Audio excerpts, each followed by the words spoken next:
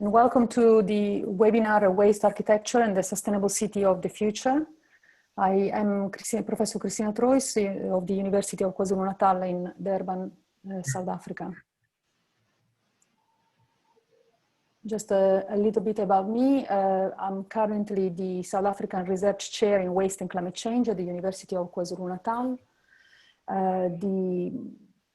The chair position is funded by the National Research Foundation and by the Department of Science and Innovation of South Africa. I am, however, an Italian national, graduated at the University of Cagliari in Italy with a PhD in environmental engineering. I'm currently the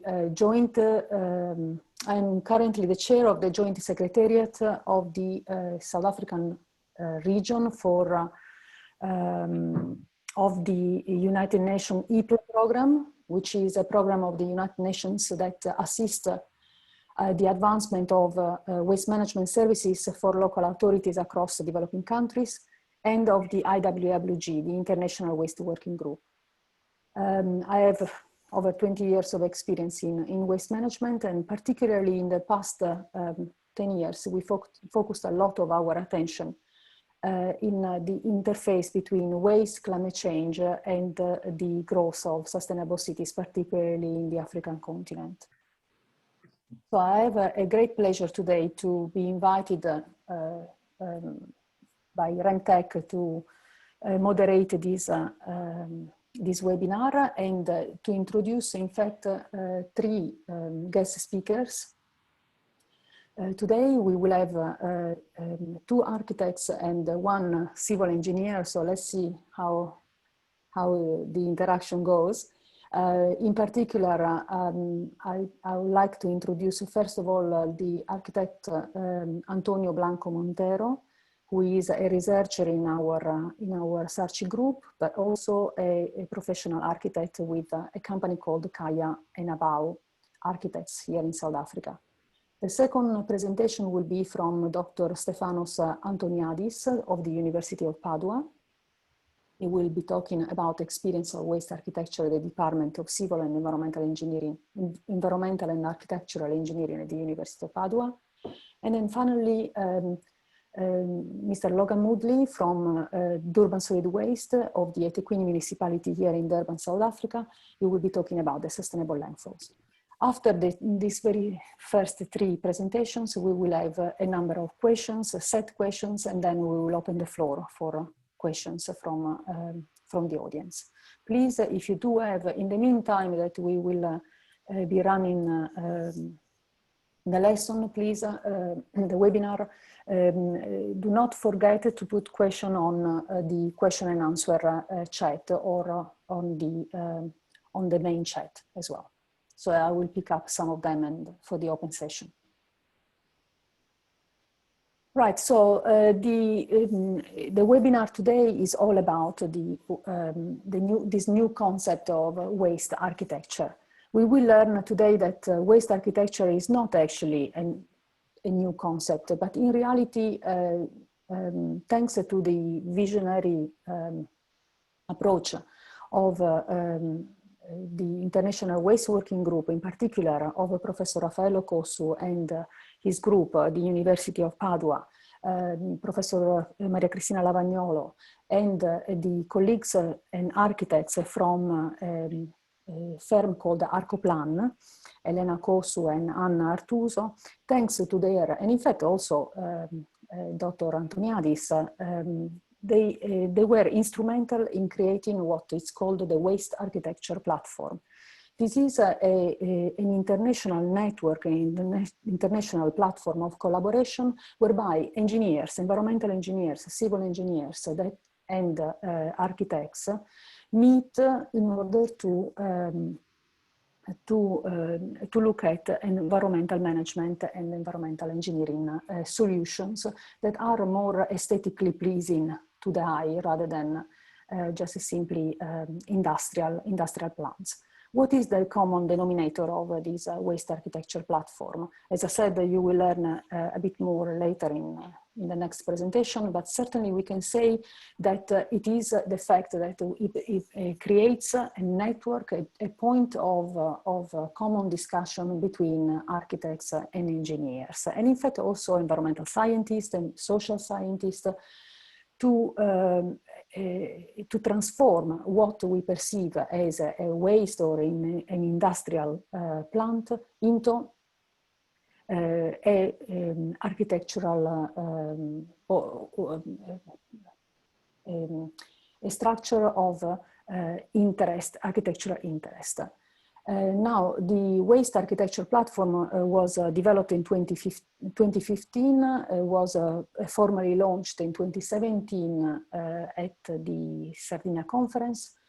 But most importantly, you can find a special issue all dedicated to waste architecture and this particular platform on the international journal Detritus. I have presented here some of the wonderful pictures and plans and projects that you will find in these special issues of Detritus. Well, just very briefly, I would like to introduce to you the IWWG. IWWG stands for International Waste Working Group. It is a network, a global network of experts across the globe in environmental engineering, in waste management, and therefore of colleagues that focus our international attention and scientific attention on waste management practices. In particular, we in Southern Africa chair the waste management, the IWWG Southern African Regional Branch, and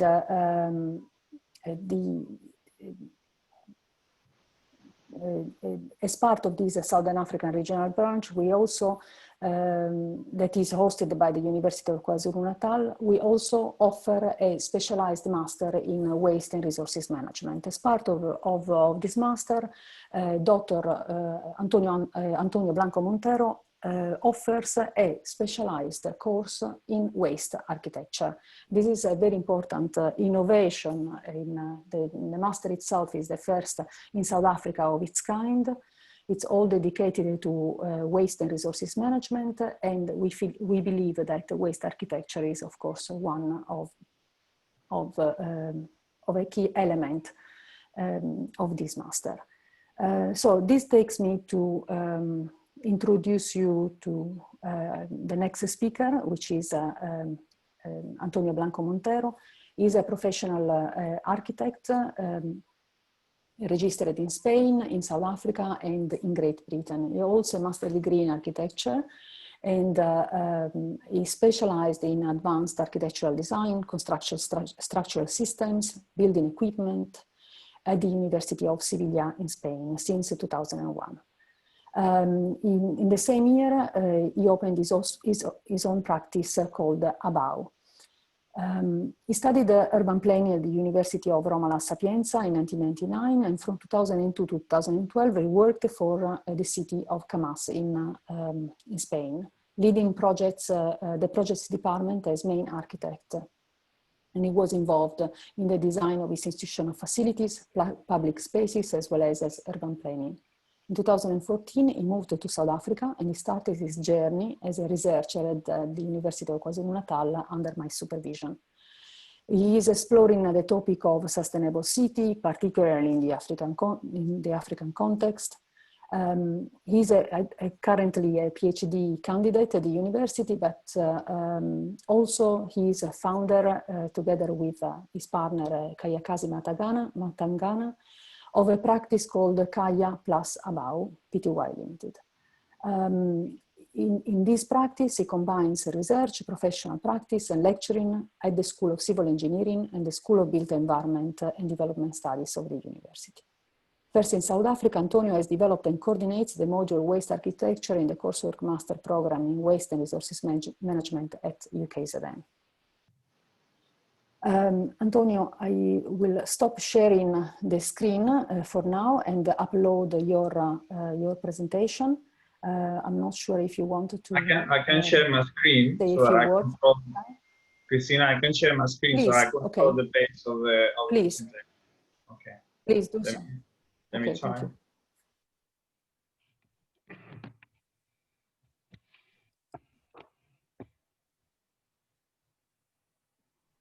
Okay. Can you guys see?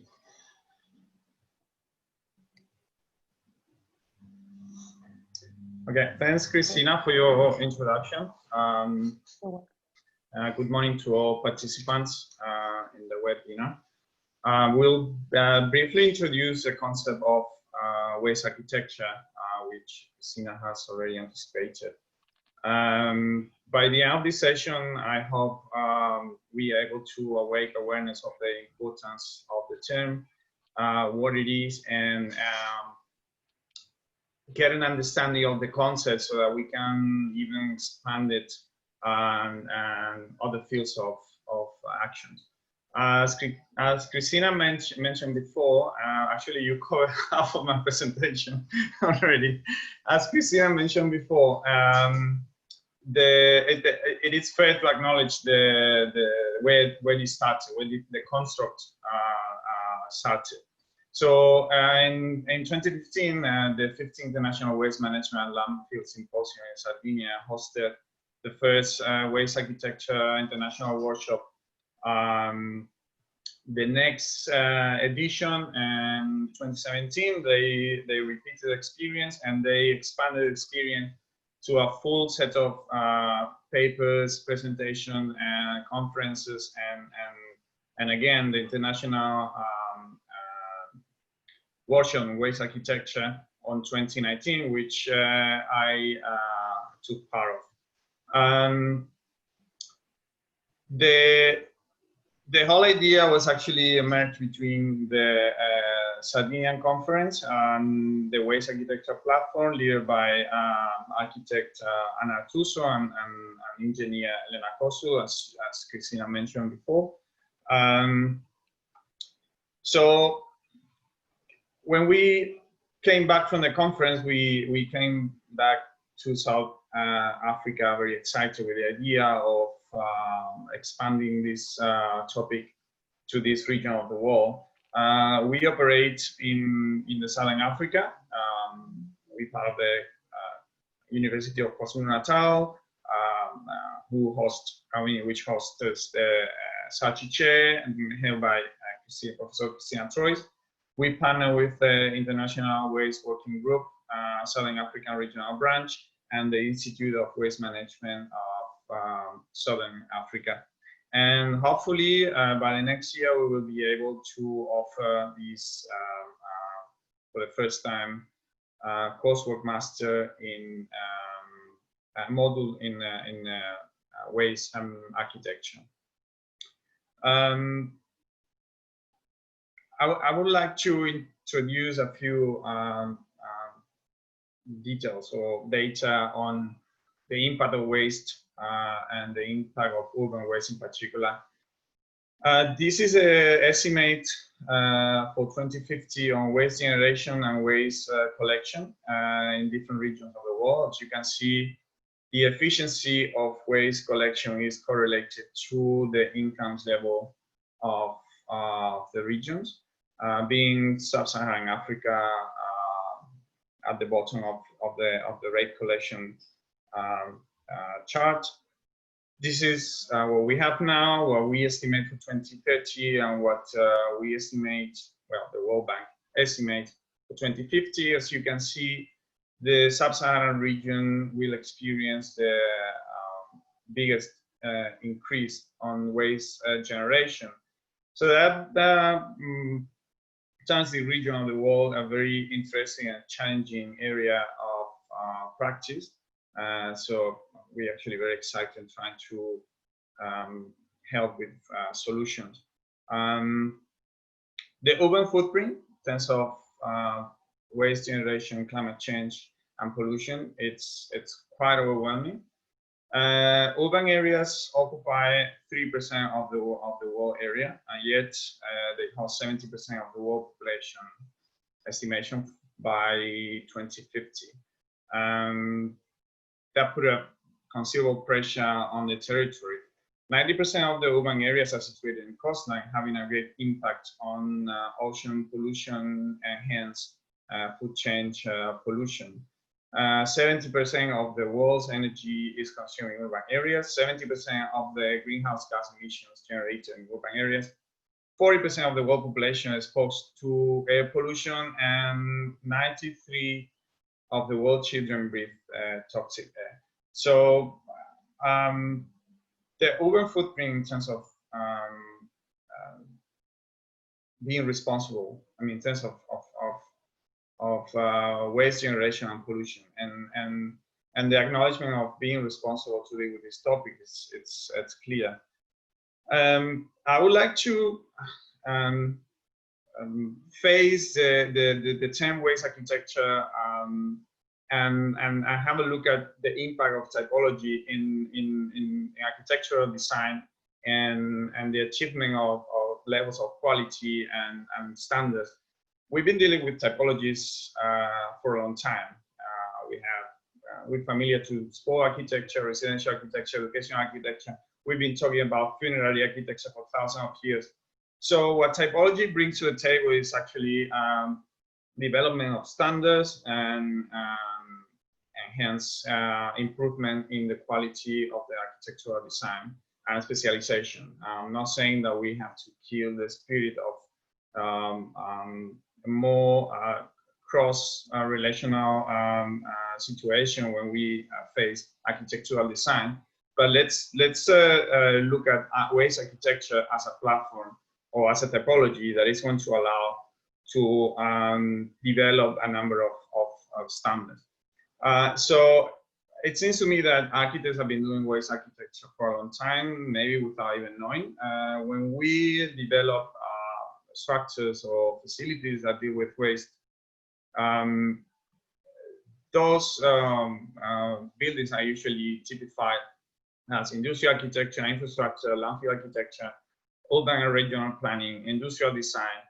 And if you see the picture on the left-hand side, this is Flashing Meadows. It was the site for the 1964 World's Fair. And not many people know that Flashing Meadows was a landfill in the early 20th century. So yeah, we've been dealing with what to do with landfills after closure for a long time. So basically the aim is to define typology as a strategic way to make visible an overwhelming problem, and this will possibly help to bring experts to the discussion and also bring solutions.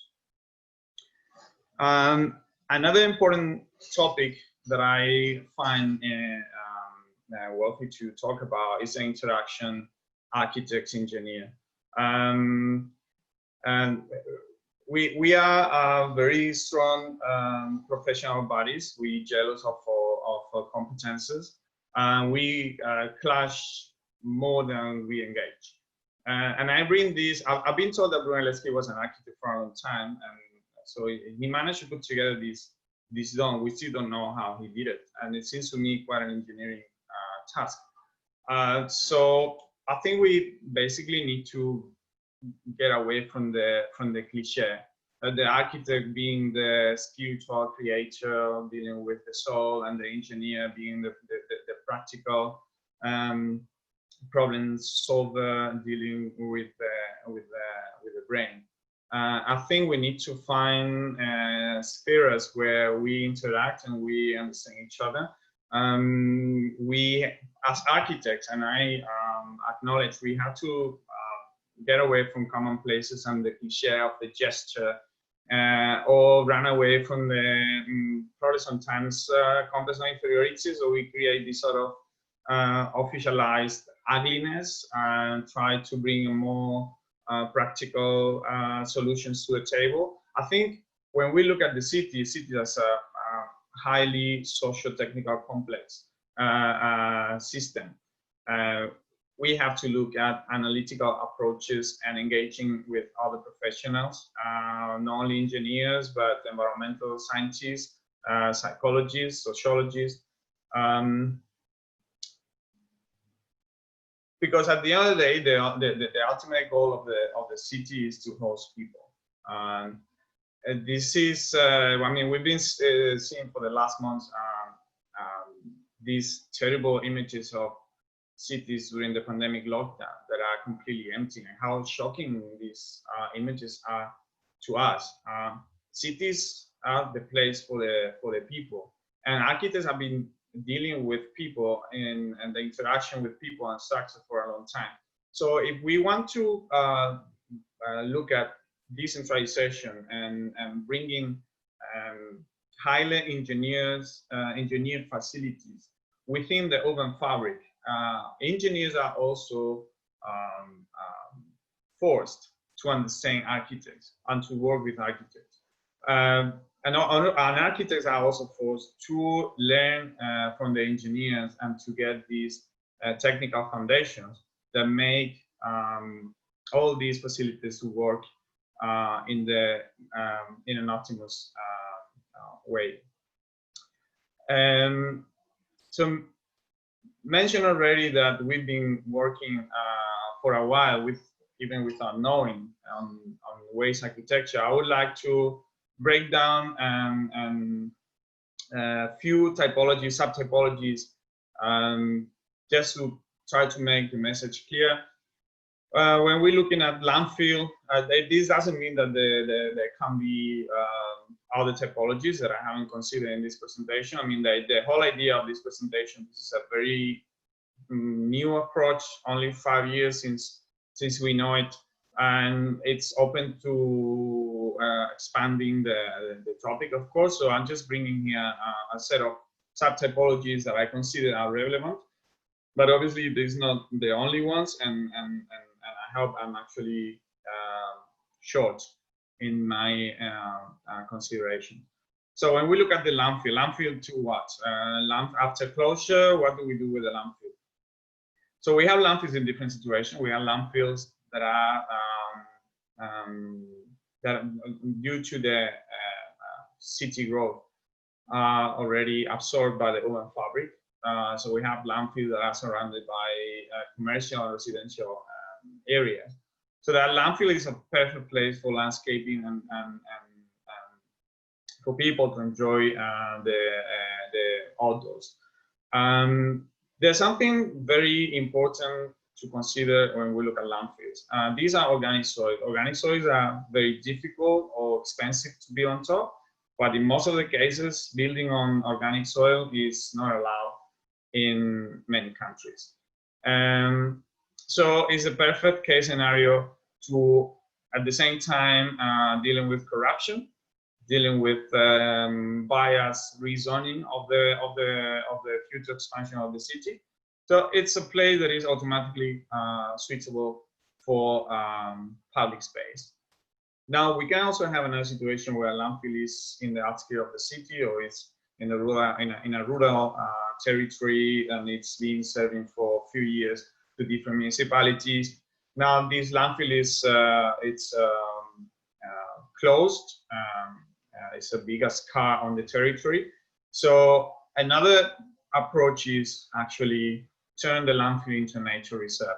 We will talk about that in detail later with the presentation of Flora and I do about the Marian Hill landfill here in South Africa.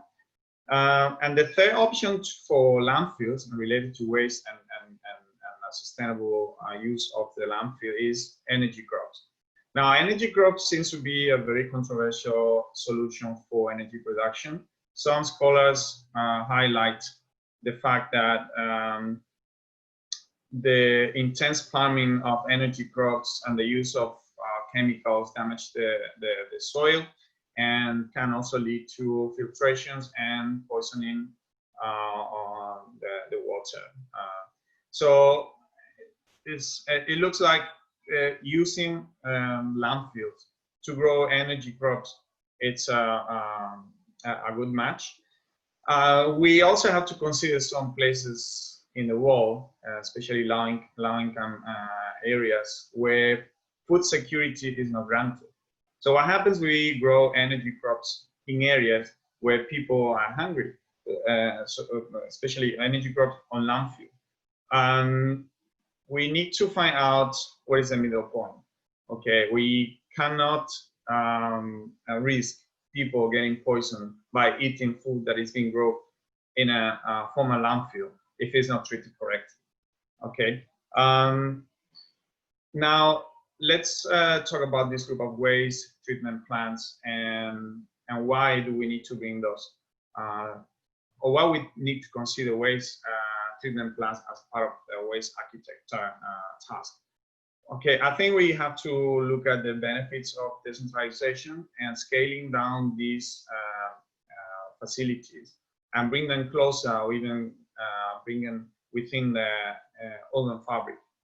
So we're going to have three main groups of facilities. Facilities dealing with waste to energy, and we have this very famous Copenhagen biodigester from Big in Denmark. It's so successful because they managed to engage a highly engineered facility with people. Okay, there's a intense social interaction with this building. Obviously, having a ski track on top of the roof of the building, it's quite an eye-catching situation. So they basically marketed the whole concept in a brilliant way. Other option we're gonna have is collection, improve the collection system by classifying initial treatment and collection. We're gonna have a big improvement on CO2 emissions. Just imagine that we're going to optimize the transport of waste for recycling or for energy plants.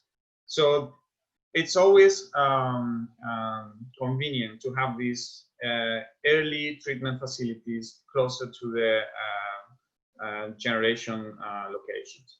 And then we can also directly treat the waste, and this is also related to what I mentioned before about the crops. Taking food and water access for granted, it's also something that we need to reconsider. Some areas of the world don't have access to water.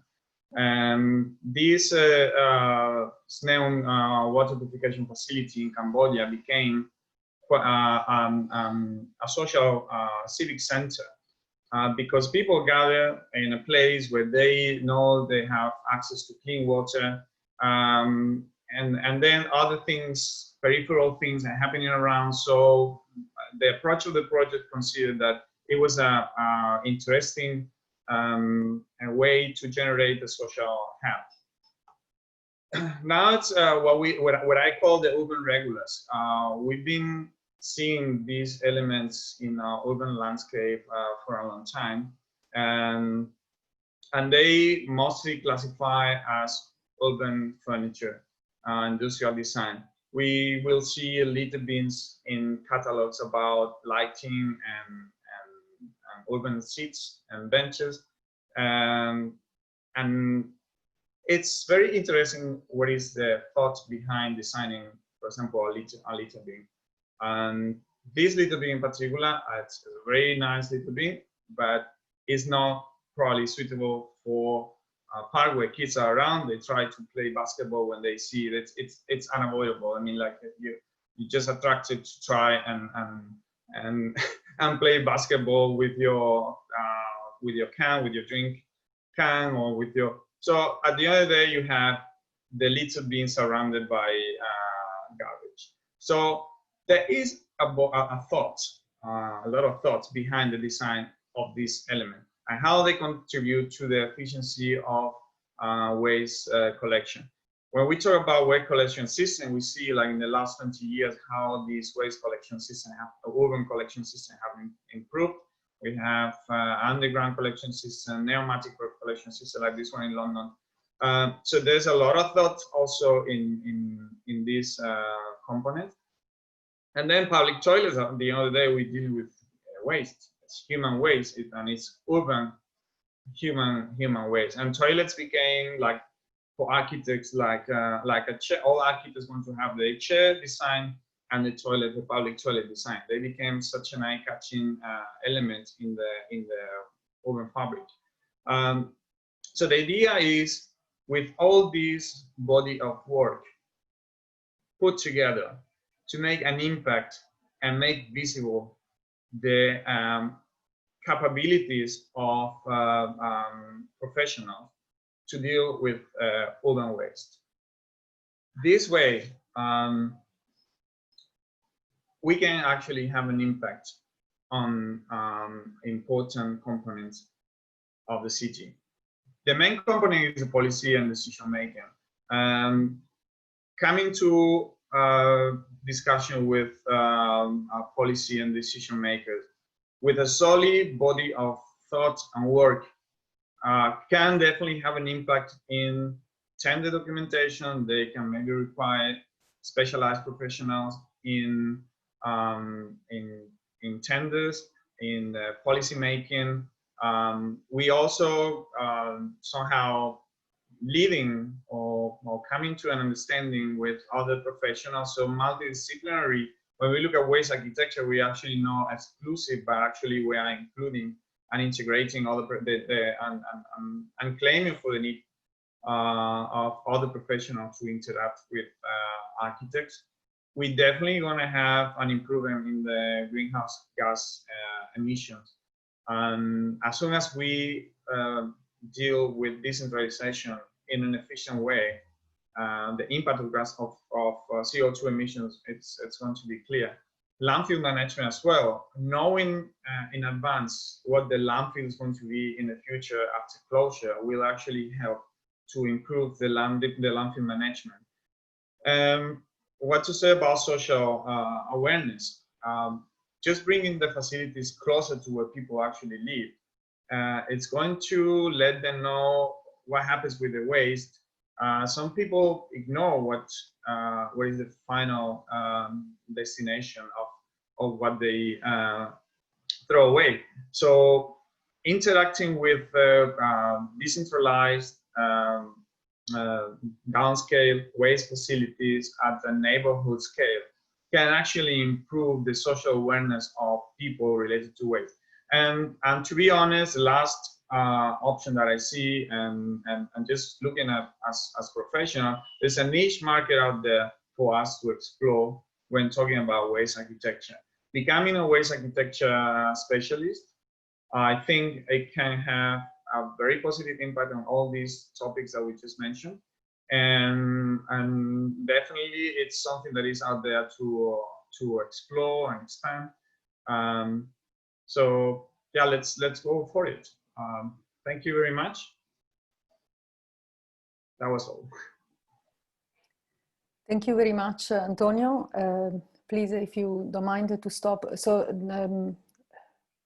to stop your presentation so that I can share my one.